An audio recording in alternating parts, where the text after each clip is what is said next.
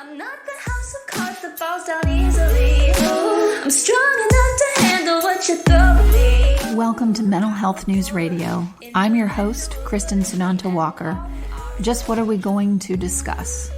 The intimacy that is mental health. Let's continue to make it as comfortable as discussing brain health or heart health. This show has been on the air for several years and we have amazing co-hosts. And then we created a network of podcasters on mentalhealthnewsradionetwork.com, a place where every possible facet of mental well-being can be talked about openly. My show, after several hundred interviews, the format is this: intimate, deep, funny, touching, sometimes uncomfortable, but always vulnerable conversations with interesting people. The goal is to have you, our listening family, many of you who have become my good friends, feel as though you are listening in on private conversations. Thank you for tuning in and becoming part of this amazing journey with me, and now with our network of podcasters. Just knowing this podcast might be helping any of you realize you are not alone on this journey called being a human being makes doing this podcast worth every second. After all we promised, we'd be cordial. Hi, everyone. Kristin Sunanta Walker here for our Women Who Lead series with Greer Limpo. Hi, Catherine. Or Catherine Greer Limpo, right? I did it wrong, didn't I? Yeah, Catherine Greer Limpo. You got it. See, and I don't even want this edited out because listeners, this is something, it's a thing with me, and I keep manifesting it because I keep saying it's a thing. But this is what I do with people. I can have known them for, 25 years and then in a hot seat moment, like recording a show, or I've got to introduce them in front of 100 people or something. And then all of a sudden I get their name wrong. Yeah. I have a couple fabulous examples of that in a high profile situation, but I think the most notable one was introducing myself to somebody as their name because I was so fangirl. I'm like, wait a minute. No, that's your name, not my name. Whoops. That is something I would do. I mean, I make a giant arse out of myself often. And the thing that I learned from my stepfather, which is wonderful, is you have to just laugh at yourself like immediately. It's so disarming, even though you aren't meaning to, make a joke or whatever. But even if I do like this horrible mess up on stage when I'm doing a presentation, I will just call myself on it immediately and laugh. And everybody laughs with me, so that it's a wonderful quality to develop. Because I used to like humility. I used to, hide in shame at a mistake. And now I'm like, whatever. It's like Oprah saying Canada. She was reading the teleprompter for a newscast. Said, Canada is having record. And then she went, I mean, Canada. I'm like, yep, it happens to all of us. It just depends on the perspective, doesn't it? Exactly. So stating that. That's a great segue into our topic for today, though. It is. You state the topic because I'll butcher it. I've already forgotten what we just said 5 minutes before we hit record. Okay. All right. So we're going to talk today about joy in leadership and how we not only help our folks find joy in the way that we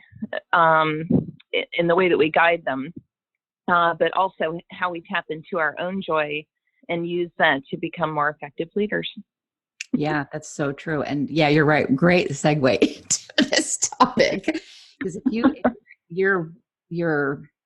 the people that you are leading are going to be inspired by your humanity and your humility. And so if you can, you're going to make mistakes and there will be people counting those mistakes and tallying them up and whatever. That's their issues, and whatever issues they have with authority or leadership, that's their thing. They're going to do it regardless. So it's okay to just laugh about and find some joy in it. Even if your face, like this is what happens to me when I get embarrassed, really, really profoundly embarrassed, my face doesn't flush. I actually it feels like red ants are in my armpits and are biting them. That's what happens to me. So and it's to the point where like, I can't not at least move around. And so people are like, well, she's clearly not embarrassed because her face isn't red, but she's dancing around like a jitterbug.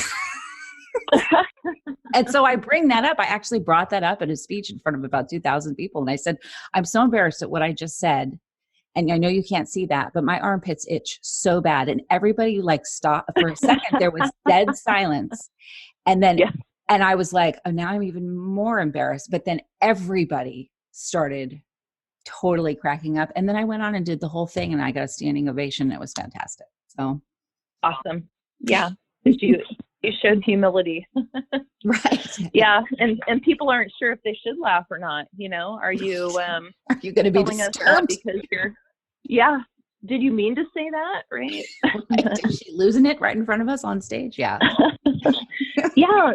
So, maybe we start in the inverse of the way I introduce the topics then, because if we're talking about joy and helping other people seek joy, it really starts with us and the cultivation of joy within ourselves. And, one of the things that I've noticed recently is that the farther away I get from some of my past and some of the experiences that I had, the more able I am to access joy within myself, whether it's, just in an experience, like experiencing somebody else's joy. So most recently, my son completed 5th grade. And of course, there was, something like a graduation ceremony that we went to that was a clap out. So the parents formed this kind of tunnel for the kids to walk through, and we clapped our hands as the entire class passed through. And the smiles on their faces were fantastic. Just watching their pride and their sense of accomplishment in the completion of the school year while we were celebrating their joy in that experience. And so what you feel as a parent, and I'm not saying everybody does, but when there's a situation where your child is experiencing joy, you can feel that joy with them. So how do we teach people to access that in themselves if we can't access it in ourselves? So just simple ways to access joy are becoming more and more obvious to me. And even at work, when you see a group of employees achieve something, whether you had anything to do with it or not, to see their sense of achievement is very satisfying. Or even to, garner a certain result, or to have just a plain old good day. You can get home and reflect on that and feel a surge of joy. And in the past, at least for me, that was a bit of a foreign experience, a foreign feeling, But again, the more I heal and the more I allow myself to let down, to tap into that joy, the more I feel a real visceral response to that joy. And I want other people to feel that too, So if we start just with joy in ourselves and how we access our own joy, you and I have both read a book by Brene Brown called The Gifts of Imperfection. And it talks about exactly what we were just talking about, the ability to acknowledge our own shame, our fears, address those in a positive way, and in doing so, access joy. So even if it's as simple as, being embarrassed by introducing somebody incorrectly, and oh my gosh, now that, we've kind of opened that door in terms of, me introducing myself to a person as their own name, and other horrific experiences going through the years, it makes me laugh, just the humility that's required sometimes as we put ourselves out there in the world and try and shed our our shame and fears. Absolutely. And I mean, age helps, obviously. It helps to go through a lot of, that's why I tell people, I know we don't want our kids to fail. We don't want our team, to fail that we're leading. We don't want any member of the team to fail, but it's those failures that really, toughen you up, break you open, allow you to feel joy, because then you realize that you do live through these moments and you learn a lot from failure. And it's inspiring. I mean, why do you think we listen to, why do people love to listen to Brene Brown talk about how she's lied to her husband, and she stood there and said, Mm-hmm. I'm lying to you right now? Why do women and men resonate with her so much? Because she's talking about her failures. She's humanizing herself. Right. She's saying, I'm human too. I mess up too. I'm not this projected image that some people, might have of me. And when you're a leader, a lot of people are projecting their stuff onto you. Mm-hmm. And you can't really help that. The only thing I've seen that helps burst the bubble in kind ways to people who are carrying around this idea of you instead of really, seeing you as a human being, is to show your vulnerability. Right. And share your vulnerability. Right. Yes. And, one of the really important points that she makes in this book is showing our vulnerability gives us access to forgiveness, not only of others, but also of ourselves. So, this is, I think, sort of funny, or at least it was a funny experience for me, because it was a bit of an exercise in humility. But if you think about the day you return to work from vacation, let's say you've been gone for 2 weeks, right? And there's a lot that may have happened in your absence, regardless of whether you snuck peeks at your email or tried to stay connected or whatever, or maybe you did what most Americans don't do, and you completely shut off your phone, right? And you didn't stay connected with work at all. So by the time you got back, regardless of how well you set yourself up, you're behind, right? Yes, absolutely. And so now you need to, go around and get status updates from people and try and understand where you're at, because you've been on vacation. So when I came back from, just a break around the 4th of July this year, I went back to work on a Monday after being gone for, a good 10 days.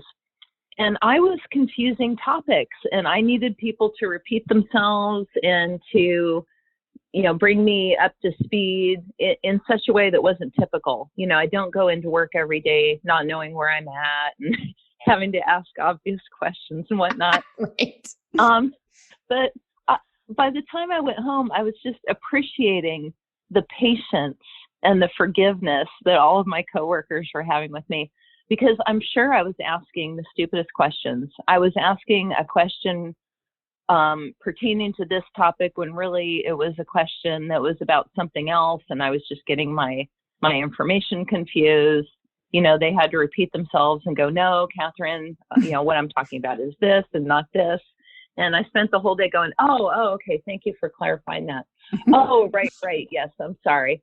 Oh, yes. Okay, right. I remember now. Yeah. Yep. Oh my God. I just really thank God when I got home that was not my everyday, Exactly. Yeah, exactly. I mean, especially when you're a young leader, and not everybody wants to be a leader. Some people are put into, are just naturally that way. And it doesn't mean that makes them a good leader. I've learned that too. There are people who just are natural leaders, and boy, they're not good ones. So the word leader it just means, that you're trying to lead. It doesn't mean that you are actually a good one or that you do lead. I mean, let's look at some of the worst dictators, in history. They were leaders. They did lead people, but they were horrible. So I think as a young leader starting out, if you don't know that you are one, you don't have someone to mentor you and say, you are actually a born leader, and let's make sure that you're a good one. Mm-hmm. Yeah. Because I went through a whole period of my life where I was always in leadership positions in different areas, personally, professionally, whatever. And I didn't know that I was a leader, and I didn't have anyone to go to help me, or to even tell me that's what you are, and to try to help me, craft it, which is why I think mentoring is so important. And so when you don't know, you don't know, and you end up doing things that are not so hot. But I will say this, even though, the things I did that were not great, boy, I learned from all of them. I remember some of the successes I've had, obviously, but they taught me some things about, oh, okay, do that again. But none of my successes have taught me as much as when I have face planted in a big way. Yeah. Yeah.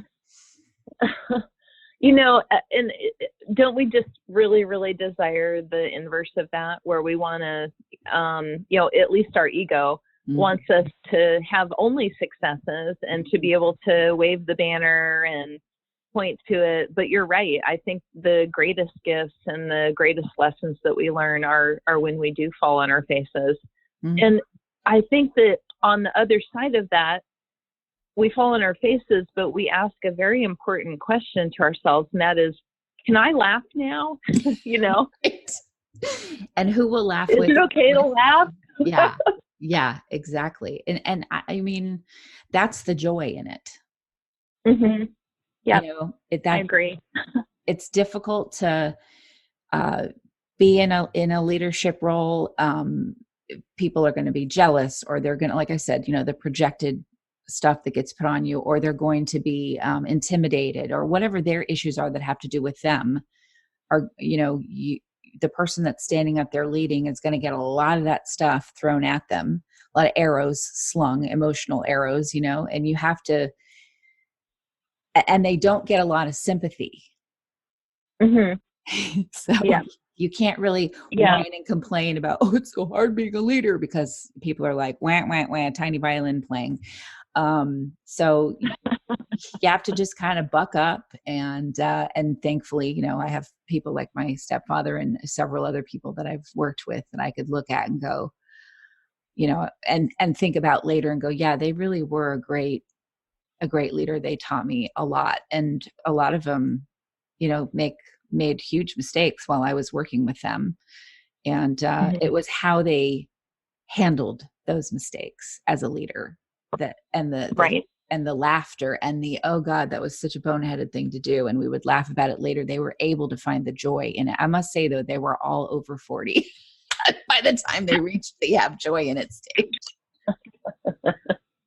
Oh, details. Right. No.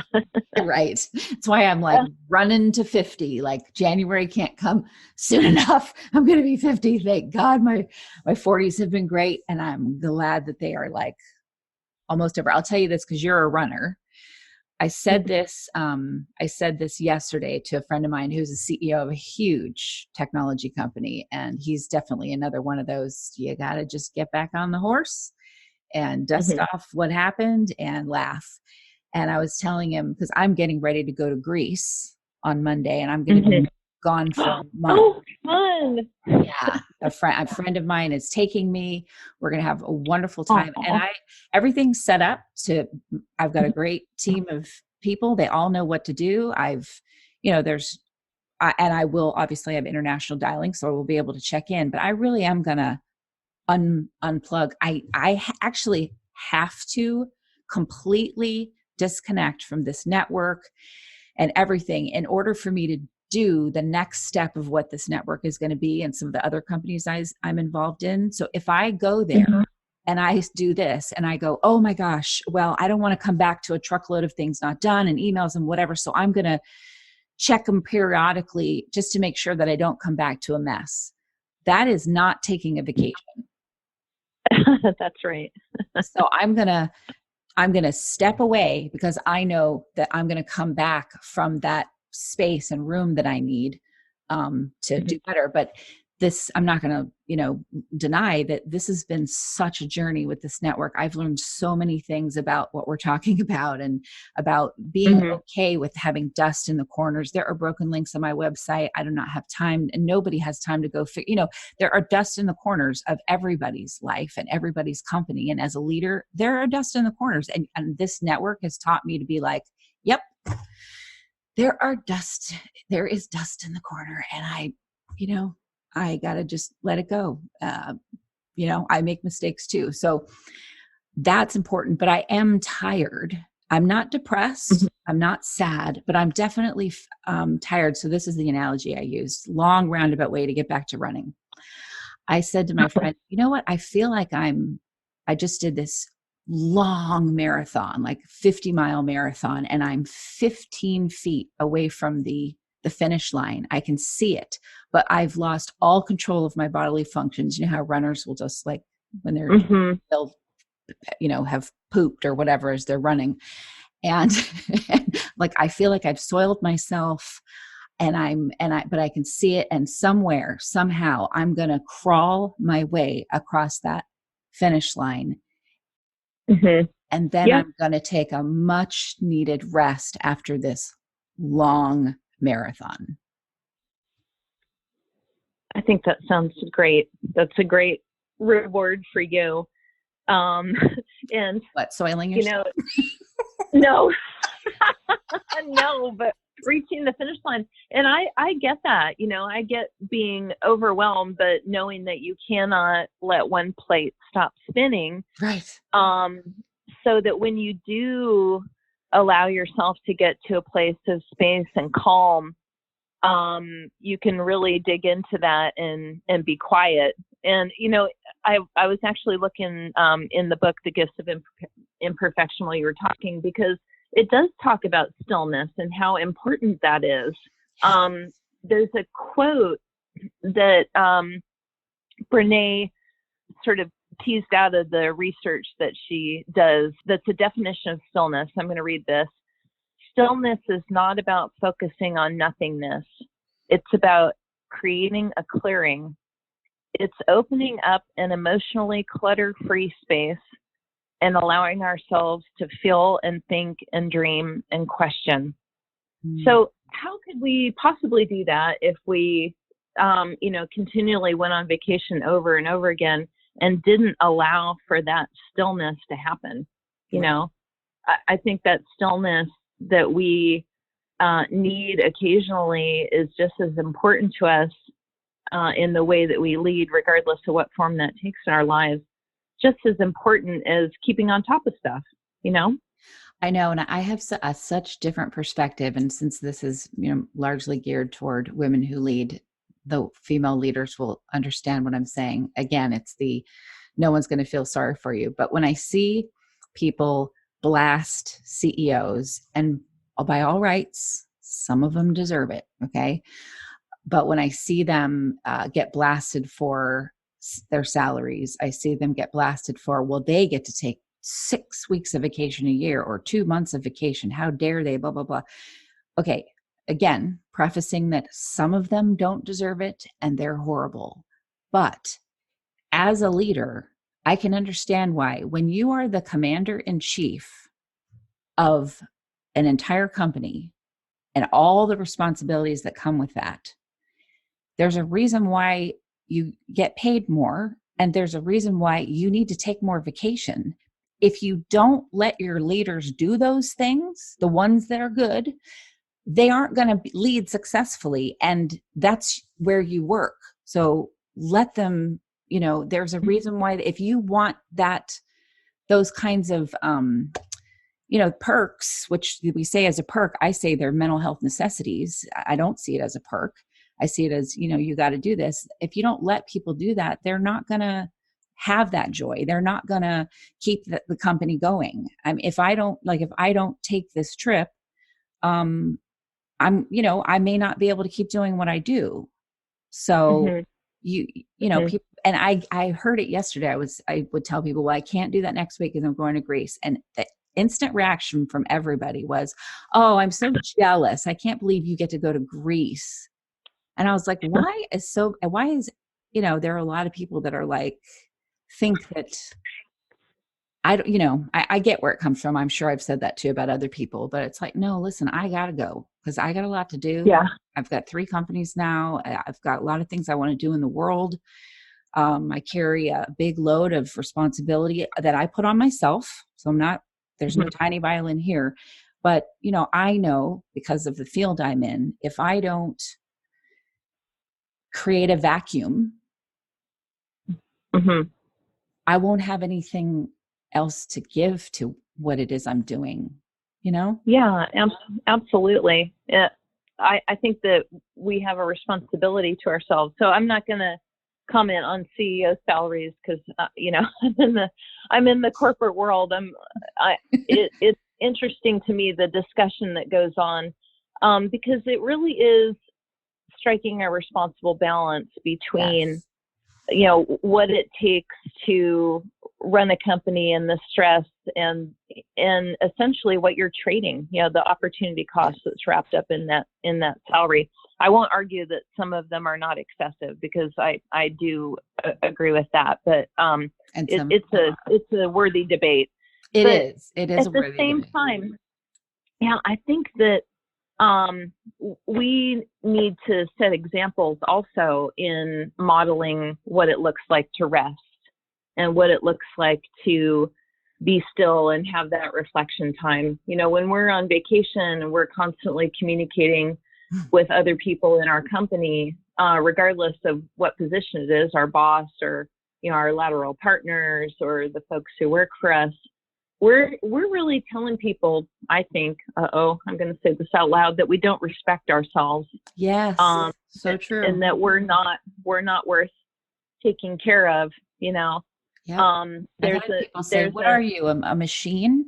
And that always makes me go, okay, yeah, that means I'm working too hard. That's not they're meaning it as a compliment. And I do not take it as a compliment. No, if I turn into a machine, then I really shouldn't be doing what I'm doing. Right.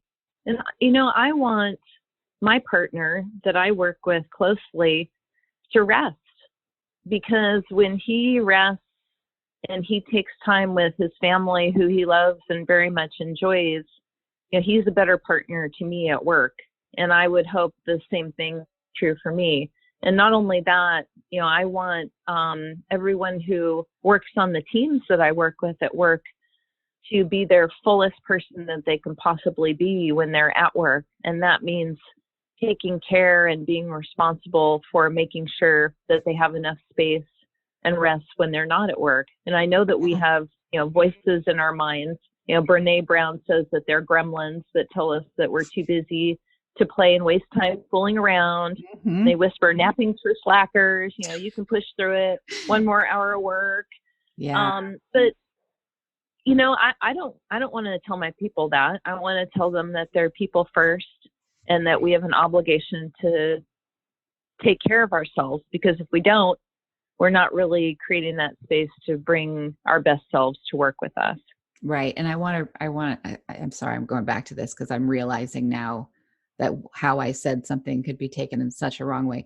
I want everybody to understand where I'm coming from. So I run a company where I'm still funding it with my personal funds. I do not make an outrageous salary. Actually, an employee that I had, well, not an employee, a person that worked for me for a long time made more money than I did working for me. And the other company is a B Corp, which means that we give all of our net proceeds to social justice issues. And so I'm not someone sitting with a $30 million salary having to justify it. Well, thanks for clarifying that, Kristin, because kidding. Anyway, I probably don't need to do that. That's another thing I do. Let's laugh and be in joy about how Kristin has to preface everything and over-explain everything, just in case somebody might be offended. When you're going to offend people even when you're, sitting there just staring at a tree. That's offensive. I mean, you just got to at some point let it go. Yes. Yeah. I agree. It's very difficult to tread the earth and not offend everyone, or at least a few people. Absolutely. So how we bring joy into other people, you're saying, is by being an example of taking care of yourself, of, the first thing is that people are following what you do, not necessarily what you say, especially your kids. You have to be an example of the kind of leader that you want to be for them. Well, that means you have to lead yourself too. So there's one thing. What are other things that you'd say? Well, we've talked about the notion of what we bring to the table and the ability to tap into our full selves, our experiences, our histories, our backgrounds. And, one of the things I also think is critically important is healing ourselves. So if we're carrying around baggage that prevents us from tapping into our own joy because we haven't done the work or spent the time healing things that are issues in our past, we create a block that doesn't allow us to tap into our full experience today or our full joy today. So I think about my mom's generation. They didn't go to counseling. They didn't have therapists. And in a lot of cases, and I'm generalizing here, so forgive me, folks, a lot of cases we have a generation of women who never really learned how to clear some of that stuff from their past, emotional trauma, childhood trauma, maybe sexual abuse, or generational traumas that somehow just did not go away. And we know now that things don't go away if we don't talk about them, or if we don't somehow work through them in a way that gives us an understanding and a healthy perspective. So I think that we have a responsibility as leaders in all aspects of our lives, whether we're moms or members of the PTA, or simply a friend to another woman in our life.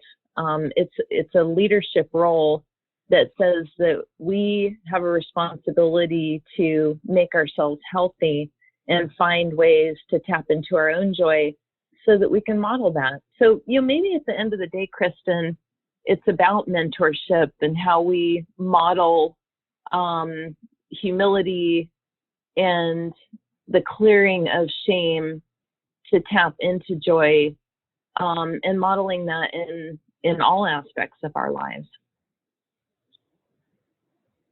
Totally agree. I totally agree. I mean, you have to have that balance and people talk about that balance. People use that word balance, and you hear it when you're imbalanced and you're like, whatever, because you're not imbalanced. And then when you do get balanced, you go, oh, that's what that means. That's why it's so important. Yeah. Yeah. And you're not going to always achieve it. I mean, that's the thing too, is I think a lot of people, and especially leaders, because we tend to be perfectionists, we think, oh, once we figured it out one time, well, we should always be that way. And that is not reality. Right. Constant tweaking. Yeah. How many lessons are you presented with over and over again? They might look slightly different, but it's when we're in the middle of it, we realize that we didn't learn the lesson from last time because we're dealing with it in exactly the same way that we did before. Yeah, exactly. So I think that's a good transition to the flip side of this, which is helping other people seek joy around them. And, I think we've talked quite a bit already about how we can't really do that until we've learned how to tap into joy ourselves. So one of the things that I looked at this week was just topics on the internet that address finding joy. And one of my go-tos is always TED Talks. And there is a woman by the name of, I'm going to click on this here, Ingrid Fattel, and I believe I'm saying that right, Ingrid Fattel Lee, who gave a TED Talk in 2018 entitled Where Joy Hides and How to Find It. And I think that her perspective is very interesting because it's not necessarily the cultivation of joy within yourself and reflecting that outside. It's seeking places where joy is and finding ways to bring it out by finding it in your more physical environment. So less about the physical world and more about just how to help people find it around them. So, I think about the different folks that I've worked with in the past, and there's always a scale of pessimists to optimists and different personalities that get mixed up in that scale. And I think all of them are delights. But I tend to migrate to the optimists, not because I want to fool myself and Right. see unreal things as real, but because somehow they have the ability to find joy around them. Yes. And to deliberately look for joy and figure out ways to tap into it and help it manifest itself in a meaningful way. Yeah, I know this from a close friend of mine who is going through absolute hell. He is the nicest person ever. I mean, he's not a pushover. He is a CEO. He's being just completely attacked on social media just because he took over a CEO position, because the company was failing and whatever. And so the person that got ousted because they were derailing the company is now launching this horrible attack. And we're talking about, these are multi-million dollar companies. This is not my network, which is, a podcast network in mental health. We're not multi-million dollars by any stretch. So not that it isn't just as stressful if you have a smaller company, but he's literally going through absolute hell. And he's such an optimist that I can tell he's tired. I can tell he's having a hard time. He will call me very upset, but his entire way of looking at things is always glasses half full. He just always goes back to that. Not in, like you were saying, the delusional, magical thinking way, just even simple things like, oh, well, we finally got some rain. Isn't it so great? And then the next minute he's got to go and deal with, the attorneys, because there are multiple that are dealing with this case. And then he comes back out and, does what he needs to do. And I look at that and I think, oh, that's what you're talking about, that ability to walk one foot in the stress of life and the other foot maintaining some measure of joy and peace and positivity. Yeah, and kind of tying the two ideas together, Ms. Lee calls out joy in the form of physical manifestations in our environment through symmetry and abundance of shapes and abundance of color. So if we turn that back into what Brene Brown was talking about, it's really seeking the abundance and that is enough in whatever situation that we're in. So in the example that you were just talking about, even if your friend who's the CEO may be going through some very tough leadership challenges, the key to getting through that is finding where he's enough within himself and reflecting that on the outside. This is tough, but there's enough energy here or enough positivity here for all of us to tap into. So let's figure out a way to get through it together by tapping into the abundance. Right. Exactly. And, shrugging off things that, you just don't have control over. I don't know if I told this story or not, but I remember I worked for a man who I'm telling you, it's such a great thing that I was a consultant and that I worked with hundreds of companies because I got to see leadership in so many different ways. But I remember at the time, I didn't know how great and beneficial that experience would be for me. But now I get it. But this guy, ran a tile company and it was a huge company. They had over 300 employees. They were, they were shipping tile from Greece and from Italy and wherever, and responsible for putting that down, people's houses. And he walked in and I was working on his computer and doing some database stuff for him. And he just threw his hat, not meanly, just sort of tired on the chair, and sat down and kind of slumped in the chair. And I said, what's wrong? Are you okay? He goes, I don't understand people sometimes. We've done everything we can for this customer. Out of a huge truckload with thousands of tiles, one tile was broken.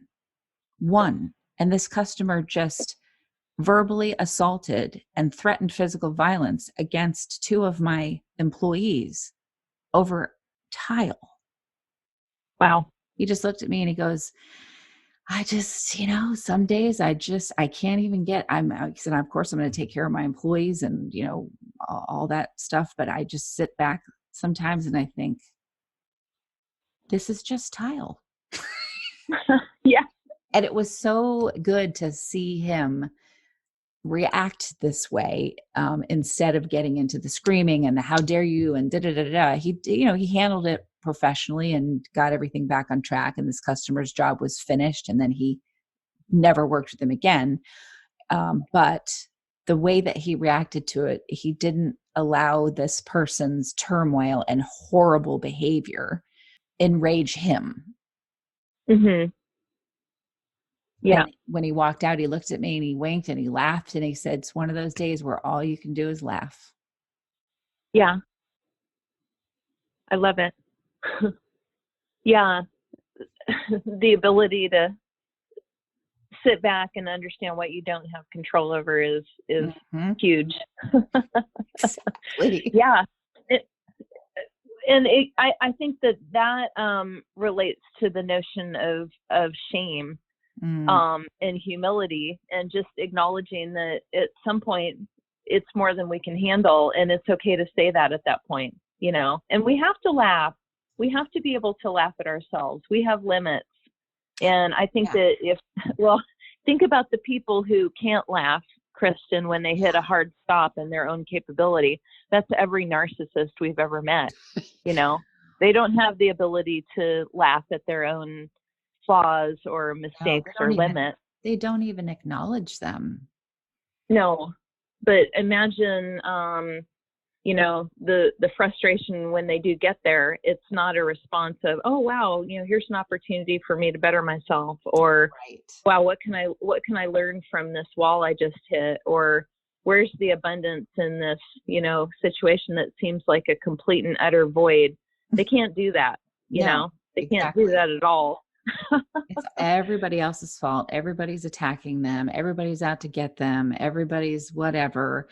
And I still, and I know I've said this before, but this is a thing with character disordered people. They are Sisyphus pushing that rock up the hill. And that's unfortunate that, because it's always going to roll down and it's always going to be somebody else's fault.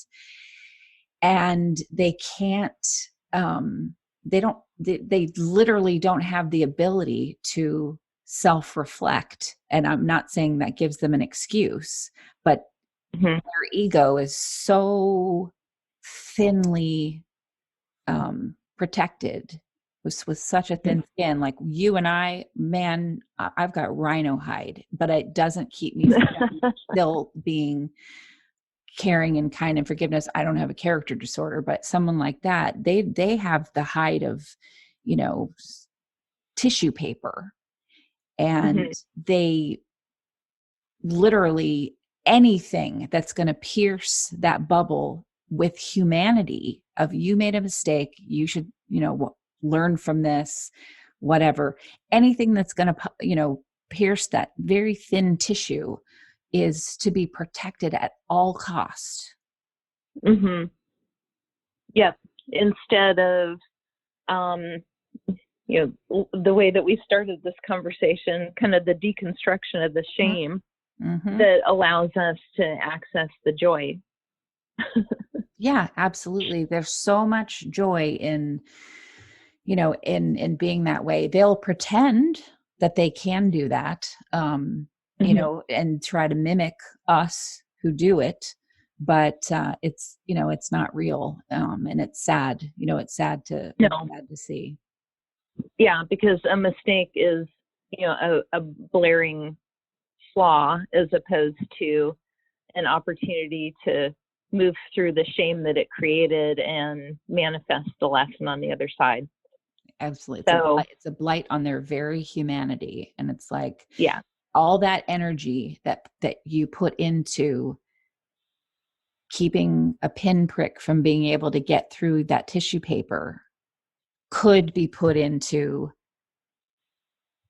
good stuff, learning things, yeah, vulnerable, go to therapy and work on your shame, whatever. But that's why it's a character disorder, because they ain't going to do that. yeah, they can't do that. But yeah, if only they knew that, ripping apart that thin piece of tissue would give them access to so much abundance, and joy in their life. Yeah. Yeah, exactly. Well, yeah. How would you like to close this one today? Wow, I kind of feel like we did. Yeah, you're right. We did. So that's what happens. It's one or the other. I think we described the scale. Agreed.